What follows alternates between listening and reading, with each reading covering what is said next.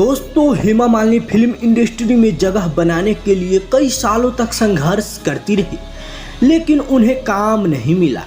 जब उन्हें प्रसिद्ध निर्माता, निर्देशक और अभिनेता राज कपूर के फिल्म सपनों का सौदागर में पहली बार नायिका के रूप में काम करने का मौका मिला। दोस्तों, हेमा मालिनी बॉलीवुड की उन गिनी चुनी अभिनेत्रियों में शामिल है जिनमें सौंदर्य और अभिनय का अनूठा संगम देखने को मिलता है।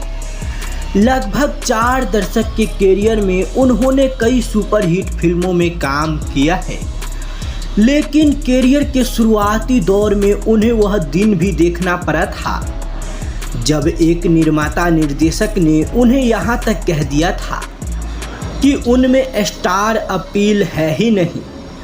दरअसल हेमा मालिनी ने जब फिल्म इंडस्ट्री में कदम रखा ही था, तब एक तमिल निर्देशक श्रीधर ने उन्हें अपनी फिल्म में काम देने से यह कहते हुए इनकार कर दिया कि उनमें स्टार अपील नहीं। फिर बाद में 70 के दशक में वही निर्माता निर्देशक ने उनकी लोकप्रियता को भुनाने के लिए उन्हें लेकर 1973 में गहरी चाल फिल्म का निर्माण किया। दरअसल हेमा मालिनी को पहली सफलता वर्ष 1970 में प्रदर्शित फिल्म जानी मेरा नाम से हासिल हुई।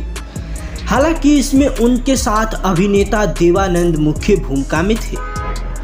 फिल्म में हेमा और देवानंद की जोड़ी को दर्शक ने सिर आंखों पर लिया और फिल्म सुपरहिट रही। दरअसल हेमा मालिनी को प्रारंभिक सफलता दिलाने में निर्माता निर्देशक रमेश सिपाही की फिल्मों का बड़ा योगदान रहा। दरअसल उन्हें पहला बड़ा ब्रेक उनकी ही फिल्म अंदाज 1971 से मिला। हालांकि इससे महज संयोग कहा जाएगा कि निर्देशक के रूप में रमेश सिपाही की यह पहली फिल्म थी। इस फिल्म में हेमा मालिनी ने राजेश खन्ना की प्रेयसी की भूमिका निभाई, जो उनकी मौत के बाद नितांत अकेली ही हो जाती है। अपने इस किरदार को हेमा मालिनी ने इतनी साझेदारी से किया कि दर्शक उस भूमिका को आज भी नहीं भूल पाए।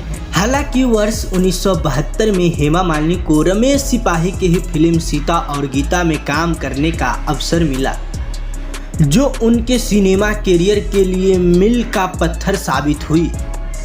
हालांकि इस फिल्म की सफलता के बाद वह शोहरत की बुलंदियां पर जा पहुंची।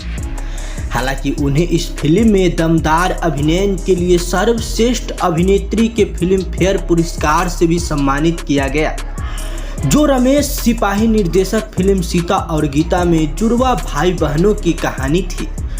इनमें एक बहन ग्रामीण परिवेश में पली बढ़ी है और डरी सहमित रहती है, जबकि वही दूसरी तेज तारे युवती होती है। हालांकि हेमा मालिनी सीता और गीता से फिल्म इंडस्ट्री में शोहरत की बुलंदियां पर पहुंची, लेकिन दिलचस्प बात यह है कि फिल्म के निर्माता के समय निर्देशक रमेश सिपाही नायिका की भूमिका के लिए मुमताज का चयन करना चाहते थे, लेकिन किसी कारण से वह यह फिल्म नहीं कर सके। दोस्तों, बाद में हेमा मालिनी को इस फिल्म में काम करने का अवसर। दोस्तों, पर्दे पर हेमा मालिनी की जोड़ी धर्मेंद्र के साथ खूब जमी। हालांकि यह फिल्मी जोड़ी सबसे पहले फिल्म सफलता से चर्चा में आई। हालांकि वर्ष 1975 में प्रदर्शित फिल्म शोले में धर्मेंद्र ने बीरू और हेमा मालिनी ने बसंती की भूमिका में दर्शकों का भरपूर मनोरंजन किया। हालांकि हेमा और धर्मेंद्र की यह जोड़ी इतनी अधिक पसंद की गई कि धर्मेंद्र की रियल लाइफ के ड्रीम गर्ल यानी कि हेमा मालिनी उनके रियल लाइफ के ड्रीम गर्ल बन गई। दोस्तों, वर्ष 1975 में हेमा मालिनी के सिनेमा करियर का अहम पड़ाव साबित हुआ। दोस्तों, फिल्मों में कई भूमिका निभाने के बाद हेमा मालिनी ने समाज सेवा के लिए राजनीतिक में प्रवेश किए और भारतीय जनता पार्टी के सहयोग से राज्यसभा की सदस्य बनी। हालांकि हेमा मालिनी को फिल्म में उल्लेखनीय योगदान के लिए 1999 में फिल्म फेयर का लाइफ टाइम अचीवमेंट श्री सम्मान से भी सम्मानित की गई। दोस्तों, हेमा मालिनी ने अपने 4 दशक के सिनेमा करियर में लगभग 150 फिल्मों में काम किए हैं। हालांकि उनके कुछ उल्लेखनीय फिल्म हैं सीता और गीता, जो 1972 में आया था, प्रेम नगर अमीर गरीब जो 1974 में आया था, शोले जो 1975 में रिलीज हुई थी। हालांकि और कई सारी फिल्में हैं। अब बात करते हैं उनकी जन्म के बारे में। दोस्तों, हेमा मालिनी का जन्म 16 अक्टूबर 1948 को अमनाकोडी तमिलनाडु में हुआ था। उनका जन्म एक तमिल परिवार में हुआ था, जबकि उनका पूरा नाम हेमा मालिनी आर चक्रवर्ती है। हालांकि उनके पिता का नाम BSR चक्रवर्ती है, वही उनकी मां का नाम जया चक्रवर्ती है, जो कि एक फिल्म निर्माता थी। हालांकि हेमा मालिनी की शादी बॉलीवुड के ही मैन यानी कि धर्मेंद्र से हुई है।